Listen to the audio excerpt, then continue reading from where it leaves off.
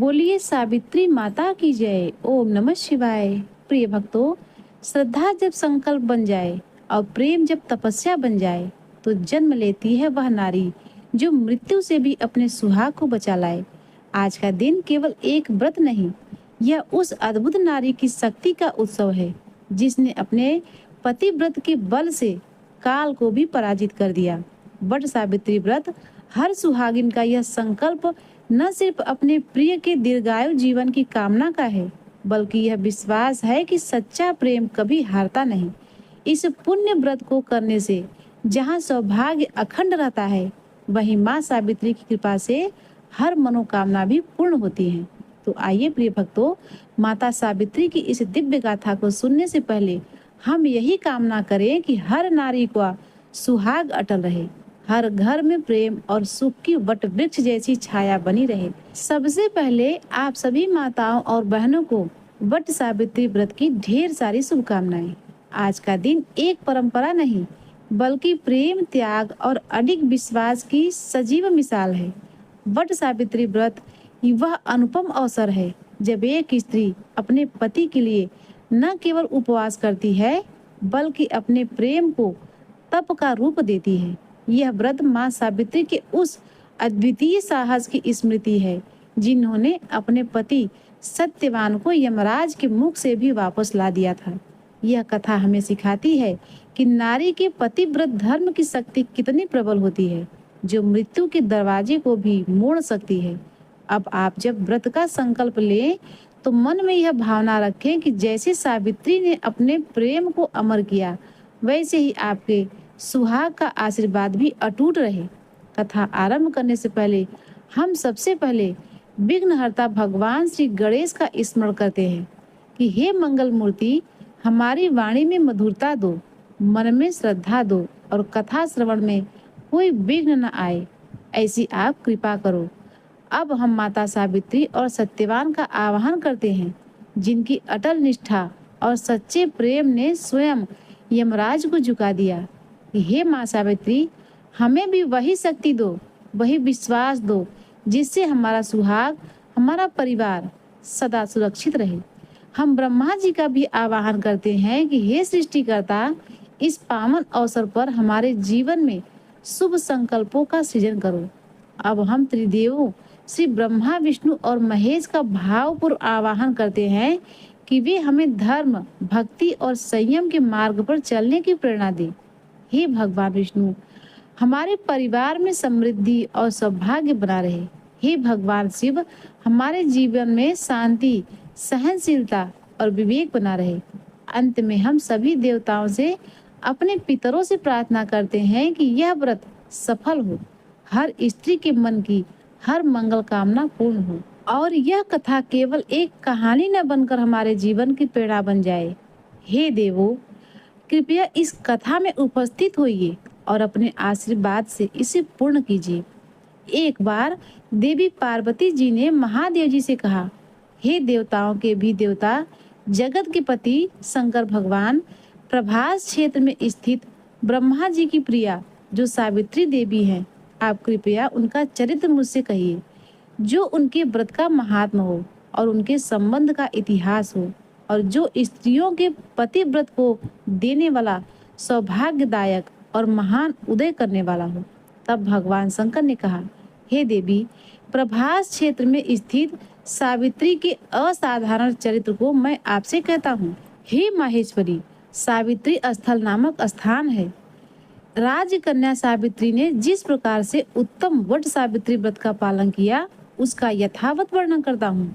कथा के अनुसार एक समय की बात है, मद्र देश में अश्वपति नाम के एक धर्मात्मा राजा राज्य करते थे।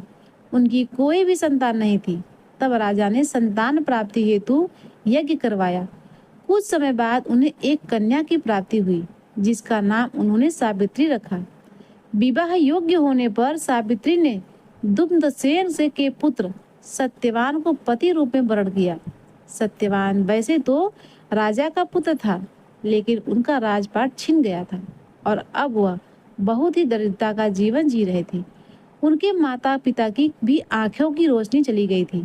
सत्यवान जंगल से लकड़ियां काट कर लाते और उन्हें बेचकर जैसे तैसे अपना गुजारा कर रहे थे।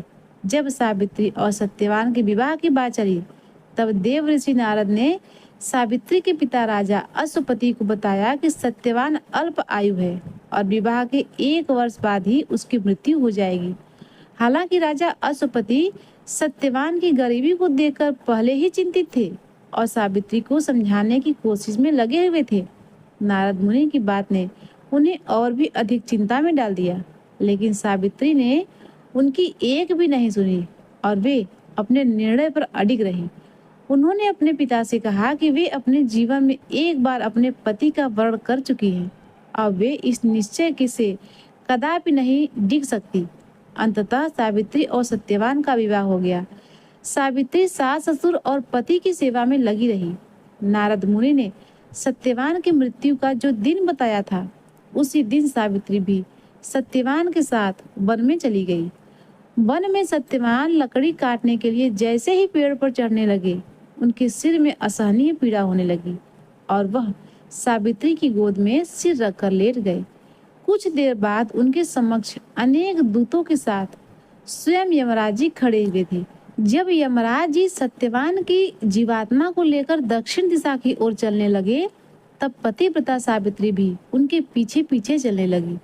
आगे जाकर यमराज जी ने सावित्री से कहा, हे पतिव्रता नारी, जहाँ तक मनुष्य साथ दे सकता है, तुमने अपने पति के साथ साथ दिया, अब तुम वापस लौट जाओ।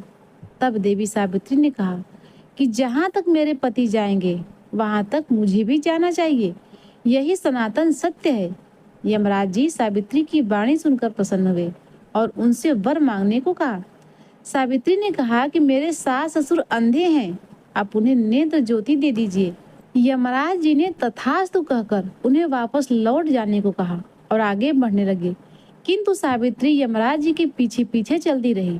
तब यमराज जी ने प्रसन्न होकर फिर से उनसे वर मांगने को कहा। अब की बार सावित्री देवी ने वर मांगा कि मेरे सास ससुर का खोया हुआ राज्य उन्हें वापस मिल जाए। तब यमराज जी ने तथास्तु कहकर पुनः उनसे लौट जाने को कहा, किंतु सावित्री अपने बात पर अटल रही और वापस नहीं गई। सावित्री के पति भक्ति देखकर यमराज जी पिघल गए और उन्होंने सावित्री से एक और वर मांगने को कहा। तब सावित्री देवी ने वर मांगा कि मैं सत्यवान के 100 पुत्रों की मां बनना चाहती हूँ, कृपा कर आप मुझे यह वरदान दे दीजिए। तब सावित्री देवी की पति भक्ति से प्रसन्न होकर इस अंतिम वरदान को देते हुए यमराज जी ने सत्यवान की जीवात्मा को पास से मुक्त कर दिया और अदृश्य हो गए। सावित्री देवी जब उसी वट वृक्ष के पास आई, जहाँ पर कुछ देर पहले उनके मृत पति के शरीर को उन्होंने गोद में लिटा रखा था, तो उन्होंने पाया कि वट वृक्ष के नीचे पड़े सत्यवान के मृत शरीर में जीव का संचार हो रहा है और कुछ ही देर में सत्यवान उठकर बैठ गए। उधर सत्यवान के माता पिता की आंखें भी ठीक हो गई और उनका खोया हुआ राज्य भी वापस मिल गया।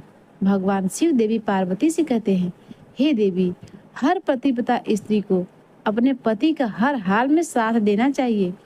परिस्थिति कैसी भी हो, कभी साथ नहीं छोड़ना चाहिए। और पतिव्रता स्त्री में इतनी ताकत होती है कि वह यमराज से भी अपने पति के प्राण तक वापस ला सकती है।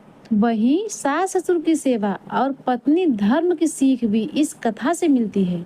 हे माँ सावित्री, आपने जिस दृढ़ नारी संकल्प से अपने पति सत्यवान को मृत्यु के मुख से वापस पाया, वह आज भी हर सुहागिन स्त्री के लिए प्रेरणा का अमित स्रोत है। आज का यह व्रत, यह कथा और यह पूजा केवल एक धार्मिक क्रिया नहीं, बल्कि एक आत्मिक यात्रा है, जिसमें विश्वास, प्रेम और समर्पण के बीज बोए जाते हैं। हमने इस व्रत को पूर्ण श्रद्धा, नियम और विधि पूर्वक संपन्न किया।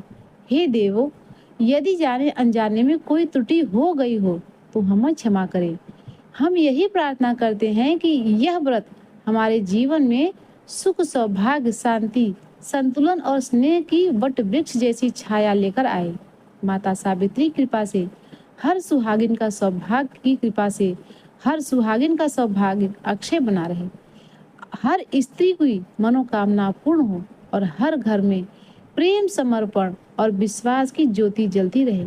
इसी शुभ कामना और कृतज्ञता के साथ आज की यह पुण्य कथा यह व्रत और यह आराधना पूर्ण हुई तो एक बार प्रेम से बोलिए सत्यवान सावित्री माता की जय, त्रिदेवों की जय, यमराज जी की जय। प्रिय भक्तों, यह थी आज की वीडियो। कथा को सुनकर कमेंट बॉक्स में सत्यवान और सावित्री की जय जरूर लिखिएगा।